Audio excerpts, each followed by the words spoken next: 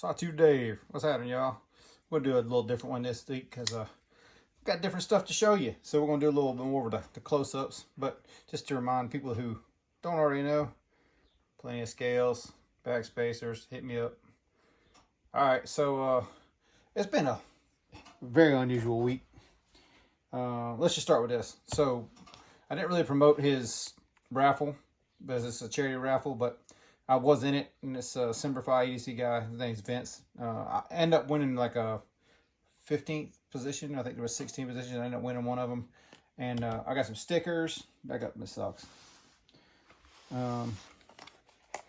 Keyboard, a Tough Light, which this is actually a not bad little knife.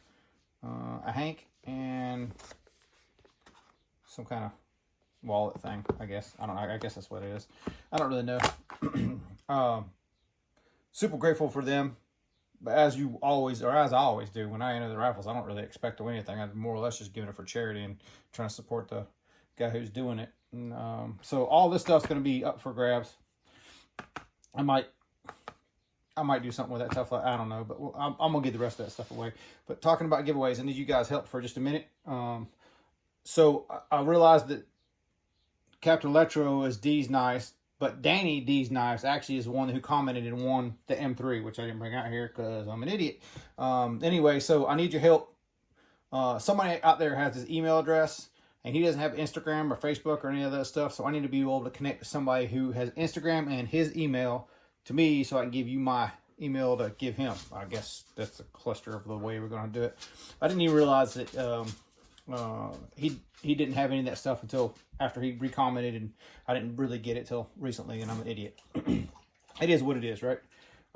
So anyway, a bunch of stuff got loaned in this week, and I did a few mods, but also messed my hand up pretty good, so I didn't really get too crazy with mods because I was injured a little bit. So let's start here. So Brother JD, which is the one who did the anodizing on this one, and this one back here, the one I started with, JD3DC, which I don't know where his sticker is, but anyway, he had loaned in, let me get my glasses so I can actually read this shit. Before Steve and him both loaned in a knife, but he loaned in the Synapse XL, and this one is the Vero Impulse, and this is a Tanto. He did the anodizing on this, the blue. So this one I dig. I like this one. I think from all the Veros I've seen so far, I can't remember which one Steve sent, but I think it was an Integral. You guys probably know if I would. This is probably my favorite one so far as the feel of the knife overall. I dig it. This is one, if this designer would make something in the United States, I absolutely would jump on it, because this is the third one of his that I've been loaned in. I have to say I definitely enjoy the designs a lot. I just wish it was made here. There are some little nuances to it that I would change personally if they were mine, but nothing major. This one feels pretty damn good. I'll leave that. JD, perfect, man. You nailed a perfect one to loan in. If y'all didn't know, I loan him stuff, he loans me stuff. We have fun with that stuff. It was just fun. Let's go here next. So Mr. Steve, the same guy who did the M3 and loaned us in a bunch of stuff before, Steve sent me a big old package. And remember last week I was telling you about that pink slip? Well, this is the pink slip. So I'm going to do this in order of what he did so I can actually read it to you. So he typed me a little, I don't know if I can get in there and show you or not. He typed me a little letter in there so I can tell what everything is. But this one I've seen basically because of the whole M3 thing. This is when I discovered this guy, and it's Alex, I think it's Steingraber. Don't quote me on that. But this is SPK, which is his company, Lamia. And let me go ahead and say, first of all, none of these knives are in my wheelhouse. Really cool to check it out. Steve sent a bunch of American-made stuff that I, quite honestly, some of them I never even heard of, never even seen. This one I'd seen pictures of, but it's hard to get a reference of what the size of this thing is. It's tiny. For me anyhow. So like when I first got it, I couldn't even deploy it. Like it was so small. I'm so used to much bigger knives that it was honestly hard to deploy. I still have a hard time manipulating it like some of the guys I see on YouTube, but I'm getting the hang of it. But the big thing on this one is all American made, and I'm pretty sure he's self-taught CNC and all that stuff like that. You can see the little ripples in the blade. I think this guy's claim to fame as heat treat, and he's real good, one of the heat treat guys or something, but I don't know for sure. I'm just judging the knife for what it is. Like, I heard a lot of people go kind of crazy over this knife, and it kind of makes me wonder why, but maybe the design appeals to guys that are in this smaller knife. I don't find anything like over the top crazy great about it, but I don't find anything bad about it either. So the machine work is all done well. No faults at all on any of the machine work. I can't find any, like, I would have done this because that's bad kind of things. All the machine work is done well. If you've never handled one of these things, I would imagine like the Roosevelt and that sort of thing, and little knives like that. I imagine that's pretty comparable to what this is. I have no idea about action in those type things. This one's on phosphor bronze, which I do like, and I believe this is crew wear, but like I said, I'm not going to sit here and try to review the knife other than tell you that I think it's very well made. I don't know why people are crazy spending over thousands of dollars for this thing. That doesn't make sense to me. I believe when I heard this maker talk about it, I think his price was like $600 or $650, and you know, even at that, like, that's seems like a reasonable price to me, like somewhere in that ballpark. You know, he does do really good anodizing, that's for sure. It's kind of a multi-anodized thing, but that's about really all I got to say about it. It's just out of my wheelhouse so much that I'm not going to sit here and review a knife that's out of my wheelhouse. It's like if I sent somebody who's all into all these small knives, a big, huge knife, what are they going to tell me? It's huge. That's pretty much the only thing. They don't have any reference for it. So that's kind of where I'm at on this. I don't have a whole lot of reference on this one. We already talked about this one last week, which is the Bradford Guardian. I'm still going to do some mod work to it. I just literally have not had time to mess with it. We're going to do some studs on it. I don't know, like, before I get going on it, I guess I might have to do like a little bit of a quick review on it. The detent on this thing is, oh, it's so snappy, but man, it gouges that finger. You play with this thing about 30, 40 times, it gouges. Super lock bar sensitive. I watched Grumpy's video, being that I'm not into these smaller knives. He said it's a real robust for a small knife. He said kind of more on the ZT line of things. So if that gives you guys that watch my channel any reference, that's somebody else's point of view on it. And if you hadn't seen Grumpy's video, I highly suggest you go see his video. For me, it's just a normal knife. Like, I don't think there's any, it doesn't look any beefier. Like, I'm not getting huge beefy feelings, but I do get that whole similar to ZT stock thicknesses and that sort of thing vibe to it. But it's super lock bar sensitive. Like, I'm saying, like, if you put, I think Grumpy was talking about the pocket clip, but I don't think it has anything to do with the pocket clip, because the way I got the pocket clip sitting is barely touching that, the lock bar. But man, if you put anything other than a pinky down there to hold, like, you can flick it that way. But if I put like the finger on here and try to do it, ain't happening. Just ain't coming out. And it will, you see my finger right there? It's nasty on your finger, man. So I got to put studs on it, but I also might have to dial that detent down just a little bit to make it actually work. I'm not really sure what we're going to do with that. I have to do some investigation, some measuring, but I wasn't at the machine shop at all this week. I probably won't be again next week, maybe the week after that. So it's probably looking like, I don't know, a couple weeks before I'm even going to jump on that. This one here is the big surprise for me, because I've handled a lot of Benchmades, and it's been a lot of years since I've handled a Benchmade, but this is the Crooked River, and this one is custom, I guess the custom shop that Steve got this one done from. So this is M4 with that American flag motif, the carbon fiber, the red kind of pivot colors, and this kind of, I'm gonna guess that's G10, red G10 backspacer.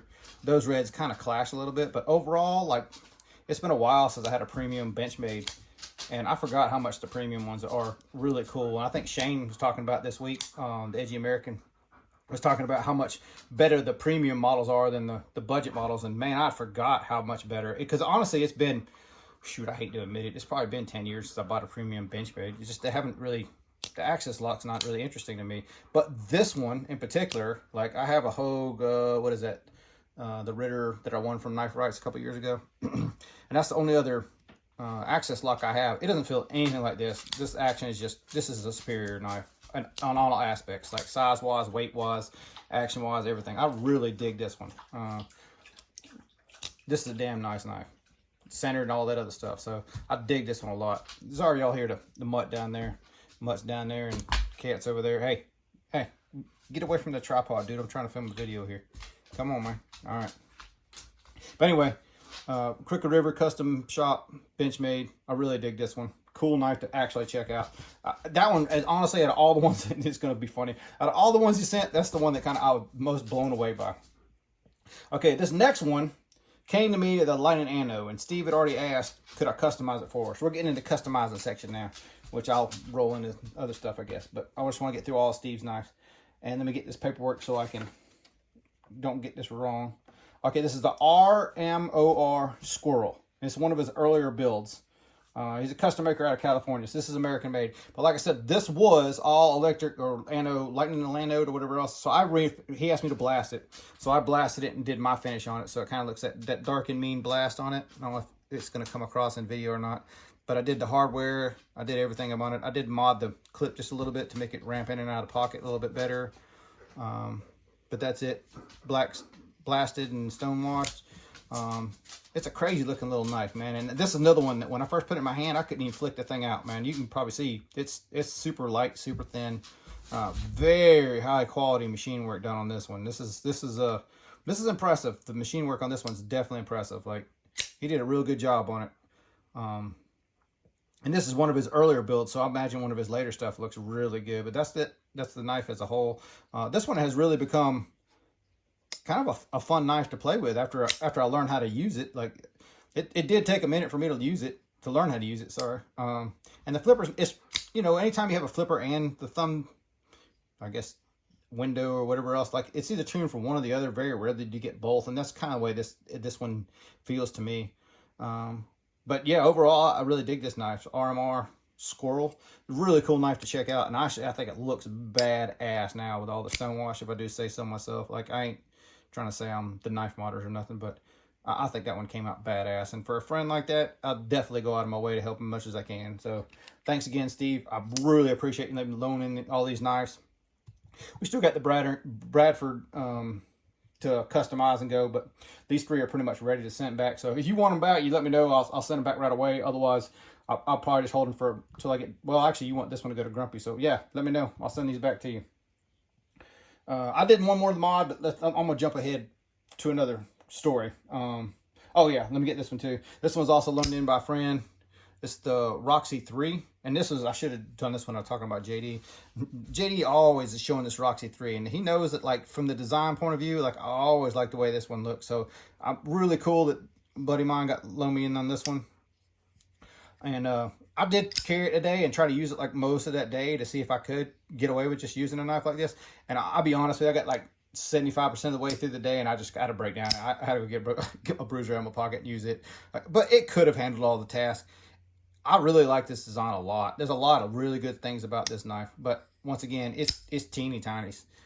It does work, but I don't feel like I'm in charge with it like other people that are used to smaller knives, that are used to wielding these kind of knives. Like, this is kind of, oh, dare I say, it's out of my wheelhouse, but it's just not a knife that I would normally carry. But very well made, very well good design. I heard John Evans talking about the Roxy's and the, what do you call it, Todd Knife and Tool Designs as a whole. He did a video on it not long ago. Actually, I think it came out yesterday. This one, we're gonna go next. I've showed them Instagram and everything else. This is strictly because I watched my brother Mitch's video, and he was talking about, he showed this one in his Hinderer video, and he was talking about maybe getting rid of it. So I hit him up. I said, dude, like, sounds like it's in my wheelhouse. Like, and he was saying basically something about the deployment methods of flipper only. I think that's what he was saying in his video. Don't quote me on this. You go watch Mitch's video. It's probably way better than anything I did. As you can see, I've kind of started using it a little bit because I bought it off of him. But I do plan on doing some mods, whether it be thumb stud or fuller. I haven't really decided yet. I'm kind of getting the feel for the knife. This is one that when I got it, I wasn't super fond, even in pictures, I wasn't super fond of how it looked. And there's parts of it I really like and parts of it I don't really like. But as I started using it, as it got in hand, and really started putting this thing to use, I love it, dude. It's actually a really cool knife. Size-wise, it kind of falls into that weird category for me where I'm going to call it backup, but it really could be used as a primary. I say most people, oh, sorry, I showed my nasty thumb. Most people could use this as a primary, but it's like the same size as that Vero. Like, I'm going to have to show my thumb. Sorry, y'all. I'll try to keep the grossness side of the video, but I can't do it always. You can see they're pretty much the same size knife. They're both pretty big knives.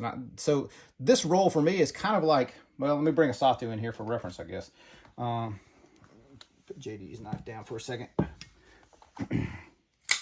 So, you know, that's my normal style carry. So you can see it's definitely, even at that, it's still much smaller. So for me to carry this knife as a primary feels weird when I'm used to carrying a knife such as this, right? So usually this ends up in like kind of a more of a secondary role for me, unless I know I'm doing something that basically I'm never going to need a bruiser. Like there are days, you know, that I'm not going to the machine shop and I'm just kind of doing my business stuff. Our business doesn't involve anything I really need a knife for. I mean, occasionally, but nothing like super heavy duty gonna need it. So this one kind of runs as like kind of a backup role for me, which kind of seems odd, but that's kind of where it lands for me. But in that role, it could really be a primary knife.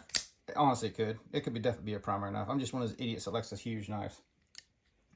So Mitch was cool as fuck to sell me this for almost a steal of a price. And when I get done with it, if I ever decide to sell it, it's going to go back to him. It's kind of a deal we worked out with it. But Mitch being Mitch, and I really hope you guys watch his channel. Like he's an awesome dude.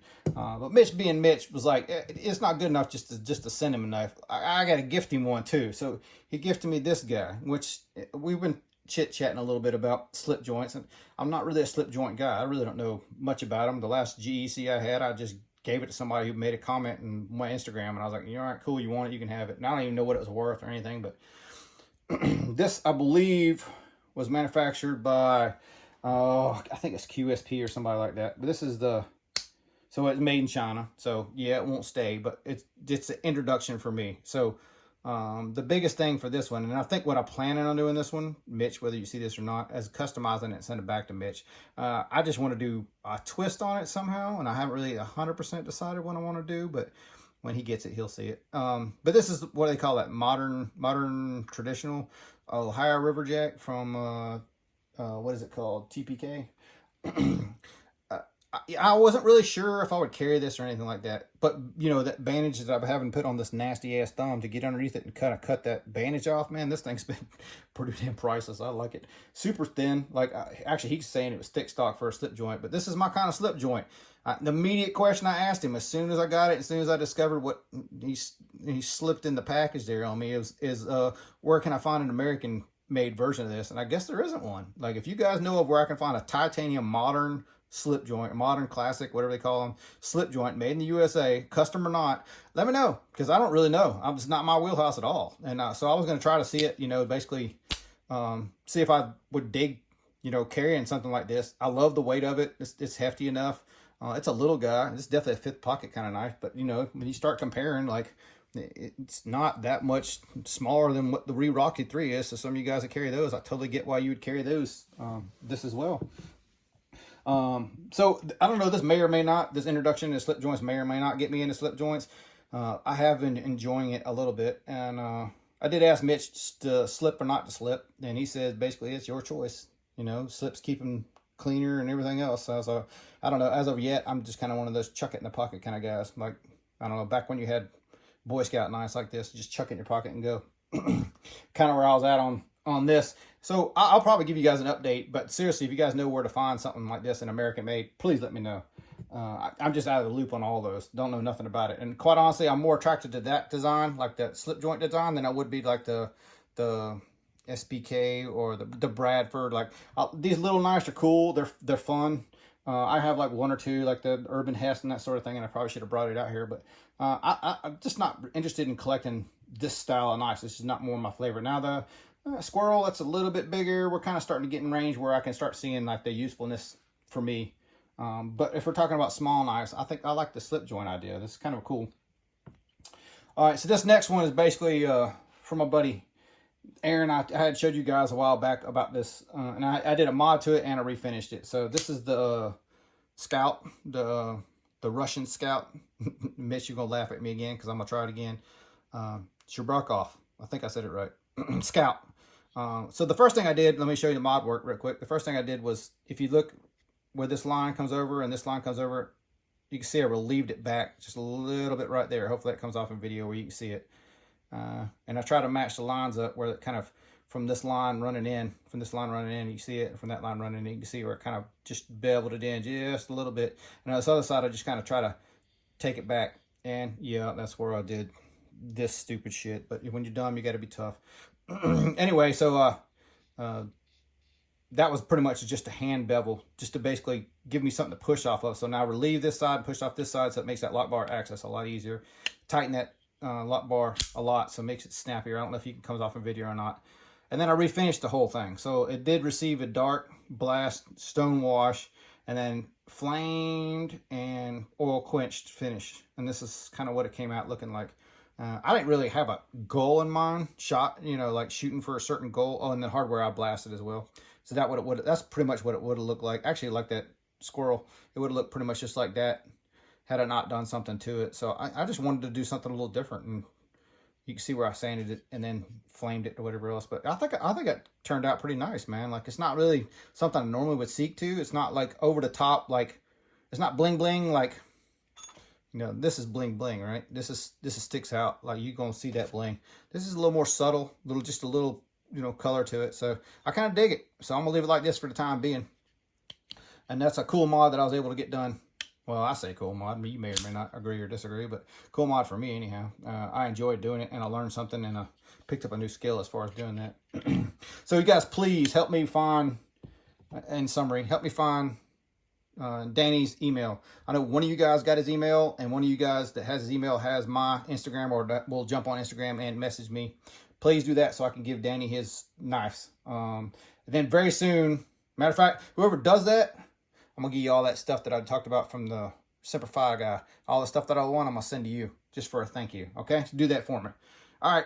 We're going to call it for a week. Y'all be cool, and we'll see you next week. Hope everybody has a great week. See you next week. Later.